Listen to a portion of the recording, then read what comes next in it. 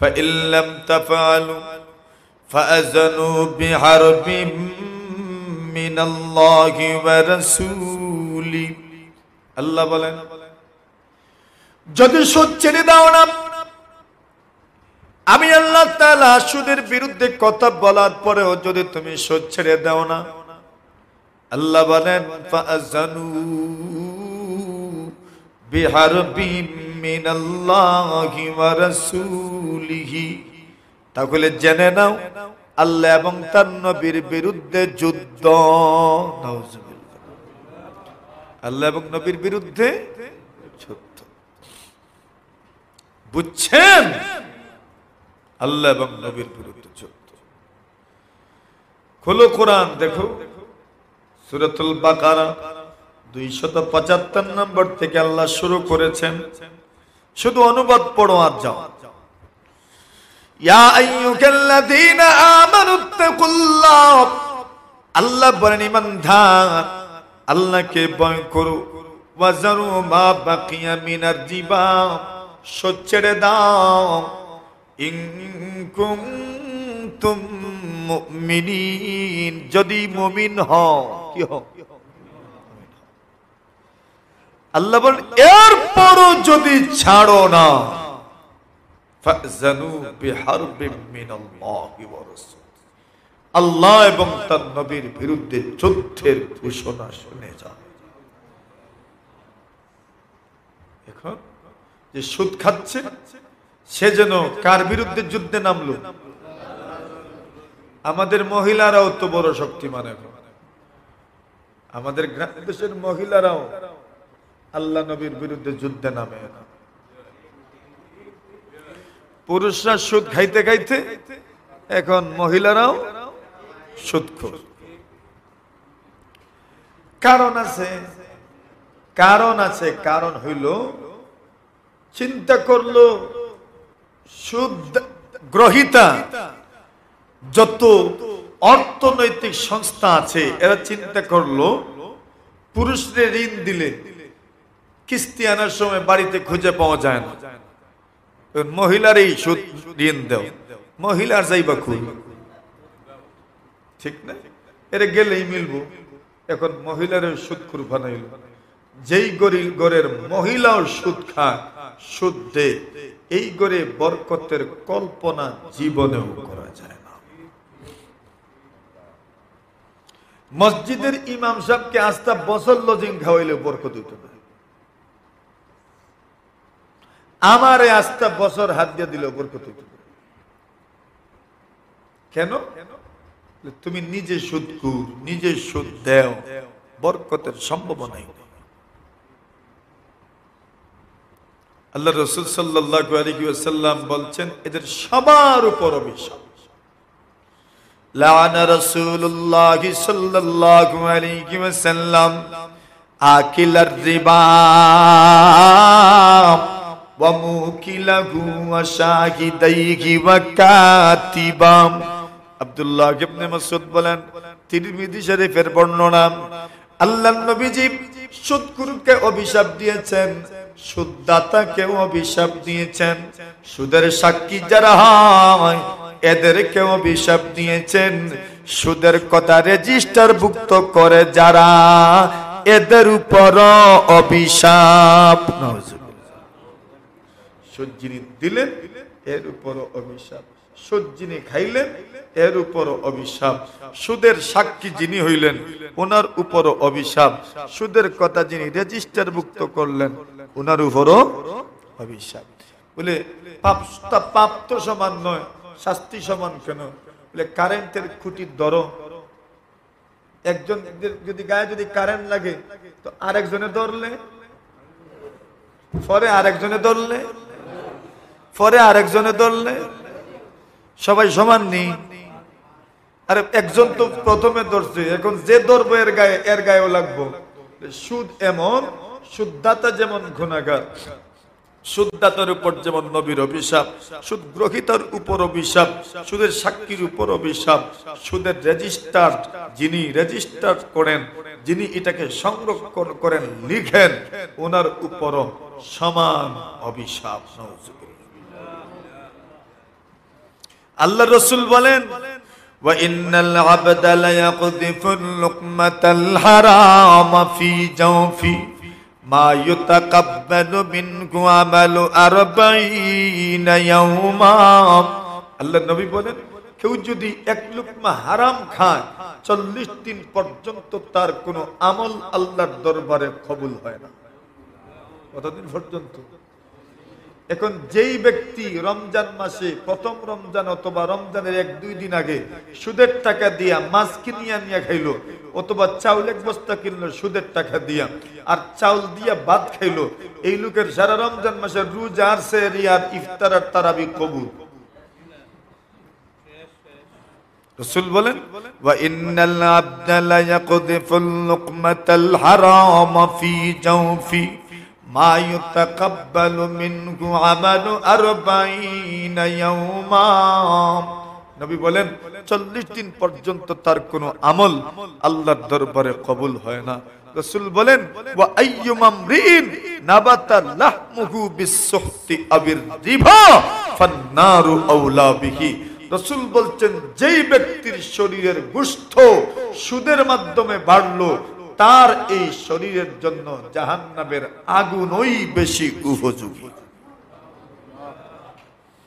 কথা বুঝছেন আমার? আল্লাহ রাসূল সাল্লাল্লাহু আলাইহি ওয়াসাল্লাম দুনিয়াতে জিনিসপত্রের দাম যে বাড়ে, বর্তমানে জিনিসের দাম কম না বেশি?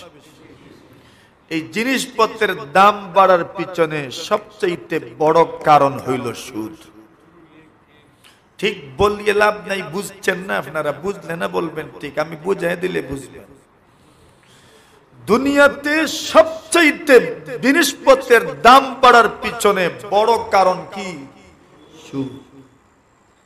কিভাবে বড় কারণ? আজ আমাদেরকে বিভ্রান্ত করা হচ্ছে, আমরা বিভ্রান্ত হচ্ছি, কত কথা আমাদেরকে শোনানো হচ্ছে। জিনিসপত্রের দাম কেন বাড়ে? কমার্স পড়েন আপনি, কমার্স নিয়ে পড়েন, ইকোনমি নিয়ে, ফিনান্সিয়াল নিয়ে আপনি পড়েন, দেখেন জিনিসপত্রের দাম কেন বাড়ে। আমাদের সমাজে জিনিসপত্রের দাম কেন বাড়ে? এর সবগুলো কারণ বিদ্যমান আমাদের সমাজে। বাজার নিয়ন্ত্রণ নয়, ইসলাম বাজারকেও নিয়ন্ত্রণ করে।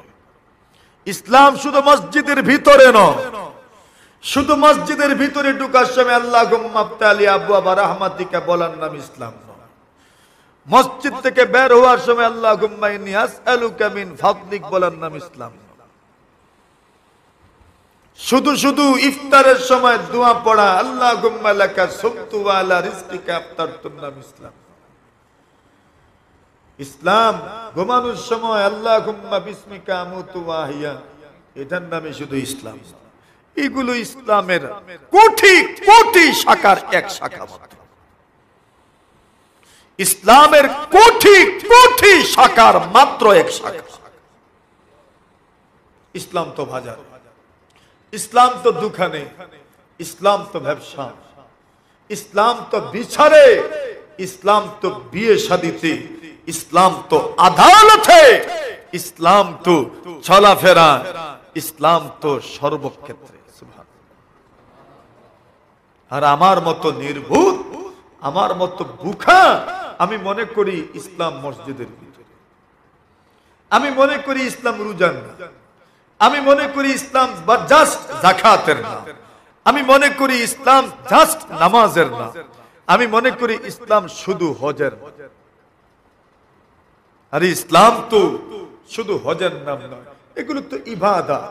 ইসলাম তো মুআমালাতের নাম, ইসলাম তো মুআশারাতের নাম, ইসলাম তো আখলাকিয়াতের নাম, ইসলাম তো আকাঈদের নাম, সবগুলো ইসলাম।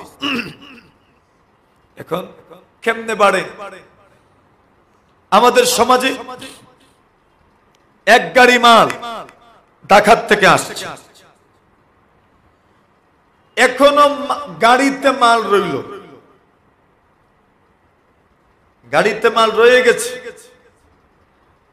এখন আপনি এই মালটা কুলাউড়া পৌঁছান আগে জুরির একজনে ফোন দিচ্ছে আপনার কাছে মাল কিন, আপনি বিক্রি করলেন, 10,000 টাকা লাভ দিন। এটা এখনো রাস্তায়। জুরিওয়ালার কাছে আরেকজন ফোন করলো মাল কিনতো, এ দিল আরেক বিক্রি, আরো 5,000 টাকা লাভ। এর কাছে আরেকজনে ফোন দিল, এ দিল আরেক বিক্রি, আরো 5,000 টাকা লাভ। এরপরের পক্ষ দিল আরেক বিক্রি, আরো 5,000 টাকা লাভ। বুঝে আর নি। এখন মালটা কুলা উড়া পর্যন্ত আসার আগে আগে ফার্স্ট বিক্রি হয়েছে। কত বিক্রি? প্রত্যেক বিক্রি 5,000 টাকা লাভ। তাহলে যেই মালটা মধ্যখানে বিক্রি না হইলে আমাদের পর্যন্ত আপনার 1 লাখ টাকায় পৌঁছার কথা, ওই মালটা আপনার পর্যন্ত পৌঁছেছে মধ্যখানে ফার্স্ট বিক্রি হওয়ার কারণে 1,25,000 টাকা। কোথায় হচ্ছে বুঝছেন নি? তো 25,000 টাকা দাম বাড়লো কেন? প্রতিমধ্যে বিক্রি হওয়ার কারণে, আনলোডের আগে বিক্রি হওয়ার কারণে, কবজার আগে বিক্রি হওয়ার কারণে আল্লাহর রাসূল এটা নিষেধ করে দিয়েছে। আপনি কি রাসূলকে মনে করেন শুধু রাসূল নামাজ পড়তেন মনে হয়? আপনি কি মনে করেন রাসূল সাল্লাল্লাহু আলাইহি ওয়াসাল্লাম শুধু শুধু রোজা রাখতেন? বাজার নিয়ন্ত্রণ করতেন রাসূল সাল্লাল্লাহু আলাইহি ওয়াসাল্লাম। রাসূল নাহা রাসূলুল্লাহ সাল্লাল্লাহু আলাইহি ওয়াসাল্লাম আন বাইইল মাবিই ক্বাবলাল কবজ। তুমি বলো ইসলামে রাজনীতি নাই, তুমি বলো ইসলাম পরিপূর্ণ নয়, তুমি ইসলাম শেখাও আমাকে। নাহা রাসূলুল্লাহ সাল্লাল্লাহু আলাইহি ওয়াসাল্লাম আন বাইইল মাবিই ক্বাবলাল কবজ। রাসূল করিম সাল্লাল্লাহু আলাইহি ওয়াসাল্লাম নিষেধ করেছেন তুমি যেই জিনিস বিক্রি করা হয়েছে এটা তোমার কবজায় নিয়ে আসার আগে বিক্রি করবে না। সুতরাং বুঝিয়ে না। অনেক মানুষ ইট বাট্টা ইট কিনে, কাঁচা ইট কিনে। কি কিনে? কাঁচা ইট কিনে। এখন কাঁচা ইট আপনি কিনলেন, কাঁচা ইট কেনার পরে ওই কাঁচা ইট বাট্টার মালিক আপনাকে যদি আলাদা করে না দেয় তাহলে আপনি এই ইটের মালিক হন নাই। এখন মনে করেন, কষ্ট হইতাছে আপনাদের, হ্যাঁ? মনে করেন 4,000 ইট আপনি কাঁচা অবস্থায় কিনছেন 6,000 টাকা দিয়ে। এখন ইট বের হইছে, আপনি এখন ইট চাইলে বিক্রি করতে পারবেন 12,000 দিয়ে। কত হাজার? 12,000 টাকা। আপনি ইটটা আপনার দখলে না নেওয়ার আগে আপনি আরেকজনের কাছে 8,000 টাকা দিয়ে বিক্রি করে দিলেন।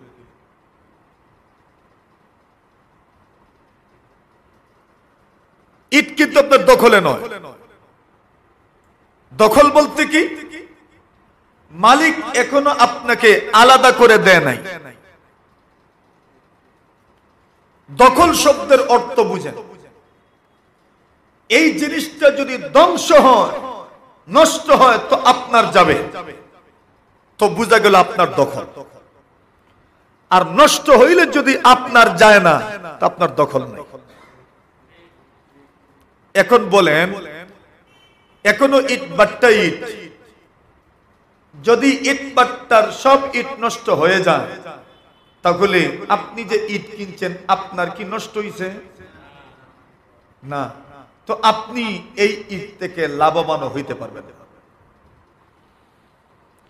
যেইটার দখল আপনার নাই, যেইটা নষ্ট হইলে আপনার যা নষ্ট হয় না, এই জিনিসের লাভও আপনি পাবেন না। যেইটা নষ্ট হইলে আপনার যায় না, ক্ষতি হয় না, যেটা নষ্ট হয়ে গেলে ক্ষতি আপনার হয় না, এটার থেকে আপনি লাভবান হইতে পারবেন না।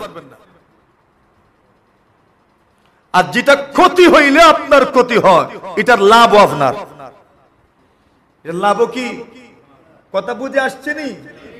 এখন যদি ইট বাট্টার মালিক ইট আলাদা করে দিয়ে বলে আমি আপনার ইট আলাদা করে রাখছি, আপনি চাইলে নিতে পারেন, তাহলে এখন যদি এই ইট নষ্ট হয় তাহলে আপনার। কেন? মালিক আপনাকে বলেছে চাইলে তুমি নিতে পারো, আমি আলাদা করে রাখছি। এখন এই ইটের জিম্মাদার ইটভাটার মালিক নয় আপনি। এখন যদি আপনি এই ইট বিক্রি করেন তাহলে আপনি লাভবান হবেন। এখন আপনি কবজার আগে যদি বিক্রি করেন তাহলে যা লাভ করেছেন এই লাভ আপনার জন্য জায়েজ হবে। জিনিসপত্রের দাম বাড়ার এটা একটা কারণ। আমার কথা বুঝাইতে পারছেন আপনাদেরকে? স্পষ্ট বুঝছেন তো কথাটা? সুতরাং যেই জিনিসের ভর্তুকি আপনার, অনেক মানুষ বলে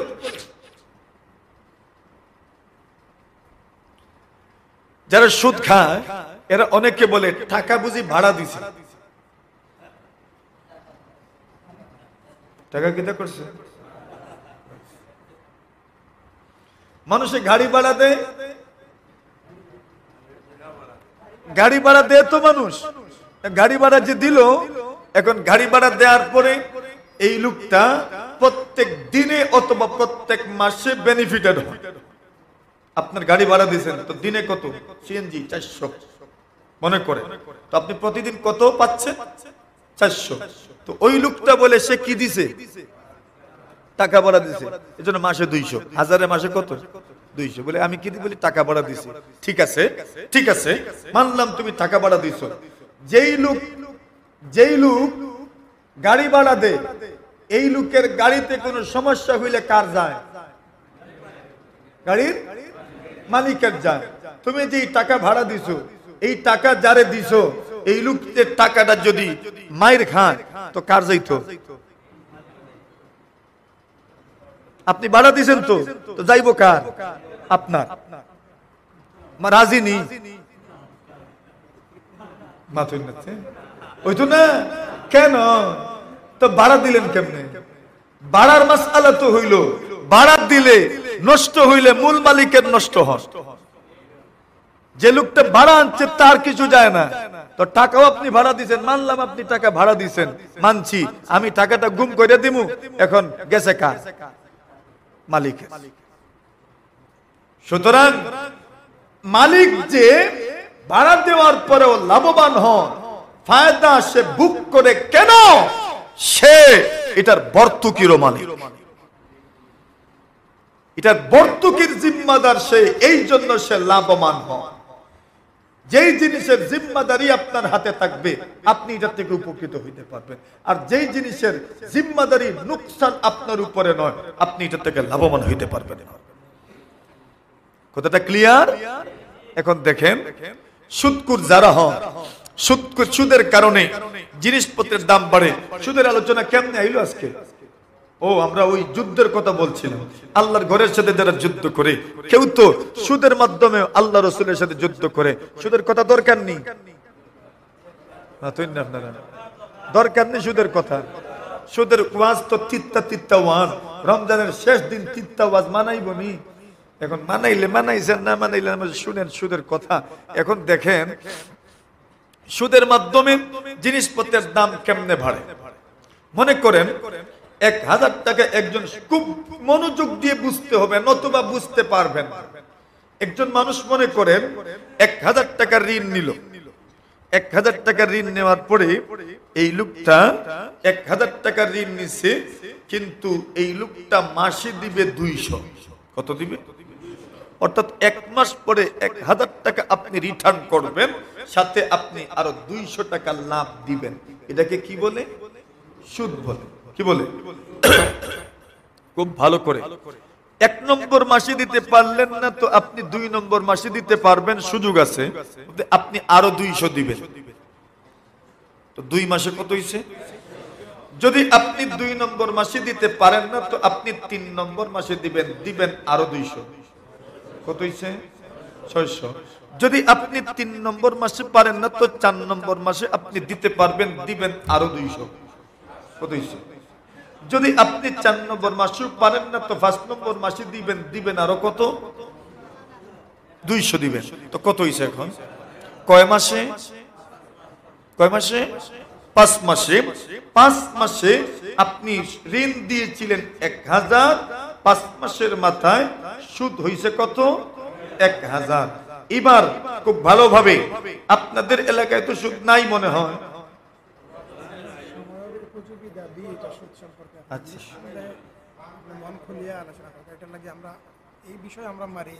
আচ্ছা আচ্ছা, মাশাআল্লাহ। তো সুদ তো আপনারা চিনবেন না খুব বেশি, আমার নেক ধারণা আছে আপনাদের ব্যাপারে। আপনাদের এলাকায় সুদ নাই ওই মনে করি, আমার নেক ধারণা আর কি। না না, আপনারা বলার দরকার নাই, আপনাদের 200 কথা আপনারও বলার দরকার নাই, আর আমারও শোনার দরকার নাই। আমি বস নেক ধারণা রাখি আপনাদের এলাকায় সুদ নাই, এটাই আমার ধারণা। থাকলে সেটা আপনারা জানেন, নেক ধারণা নিয়েই বলছি। এটা থাকলে থাকতেও পারে, নাও থাকতে পারে। এখন মনে করেন 5 মাসে বাড়লো কত? 1000। এবার সুদকুট যারা হন এদের এখানে একটা নিয়ম আছে। নিয়ম হইল, যখন লাভটা মূল পুঁজির সমান হবে তখন লাভ আর মূল পুঁজি এক হইয়া এটা মূল পুঁজি হইব। এখন মূল পুঁজি আছিল কত? 1000। এখন 5 মাস পরে লাভ হইছে কত? 1000। আজকের থেকে মূল পুঁজি 2000। মূল পুঁজি কত? 2000। এখন 1000 ঋণে মাসে সুদ ছিল 200, সুতরাং 2000 দিনে মাসে সুদ কত? 400। সুতরাং আপনি যদি 5 নম্বর মাসে দিতে পারেন না, তো 6 নম্বর মাসে দেওয়ার সুযোগ আপনাকে দেওয়া হইল, তবে আপনাকে আরো 400 দিতে হবে। কত হইছে এখন? 1400। কত? 1400। আপনি যদি 6 নম্বর মাসে পারেন না, তো 7 নম্বর মাসে দিবেন আরো 400। কত হইছে? 1800। যদি আপনি 7 নম্বর মাসে পারেন না, 8 নম্বর মাসে দিবেন আরো 400, 2200। যদি 8 নম্বর মাসে পারেন না, 9 নম্বর মাসে দিবেন আরো 400। কত হইছে? যদি আপনি 9 নম্বর মাসে পারেন না, 10 নম্বর মাসে দিবেন আরো 400। কত হইছে? কত? 3000। কয় মাসে? কয় 1 বছর হইল? মাত্র 10 মাস। বছর তো হয় 12 মাসে। কতদিন? 10 মাস। 10 মাসে সুদ কত? আল্লাহ হিসাব তো 1000 হইল মূল ঋণ, আর মাত্র 10 মাসে সুদ হইল কত? 3। কত? 3। মূল হইল 1000, আর মাত্র 2 মাসে আপনার 10 মাসে সুদ হইল কত? 3000। 1000 তো মূল পুঁজি, সুদ হইল কত? আমি এতক্ষণ যা বললাম এটা ঠিক আছে নি? সমাজের সাথে ঠিক আছে নি? কোন সমাজে এইভাবেই তো, এইভাবেই নি সমাজে। কথাটা সঠিক, আমি যা বলছি সঠিক। হ্যাঁ, এখন হ্যাঁ কি শোনারে বাবা, পুরা সমাজে আছে। আমি নেক ধারণা রাখছি বলে মনে করনি, জানি না। আপনি এই সমাজে এটা হইল মাত্র 1000 মূল আর 3000 হইল সুদ। এইবার বলেন, মাত্র 10 মাসে 1000 সুদ কত হইল? 3000। বলেন তো, 1000 যদি মাত্র 10 মাসে 3000 সুদ হয়, তাহলে এই ব্যক্তি যদি 20,000 টাকা আনে ঋণ, আর যদি এই লোকটা 1200 টাকা ফেরত দেয়, তাহলে মাত্র 10 মাসে কত সুদ হবে বলেন? বস অনুমান করেন, বস অনুমান করেন। আপনি আশ্চর্য হবেন, মাত্র 3-4 বছর আগে 20,000 টাকা সুদ আনছিলেন আমাদের এলাকায় একজনে, আজকে এই সুদের পরিমাণ 60 লাখ। এই এলাকাতেও 1000 জন মিলব। এই এলাকা বলতে এলাকা না, পুরা টোটাল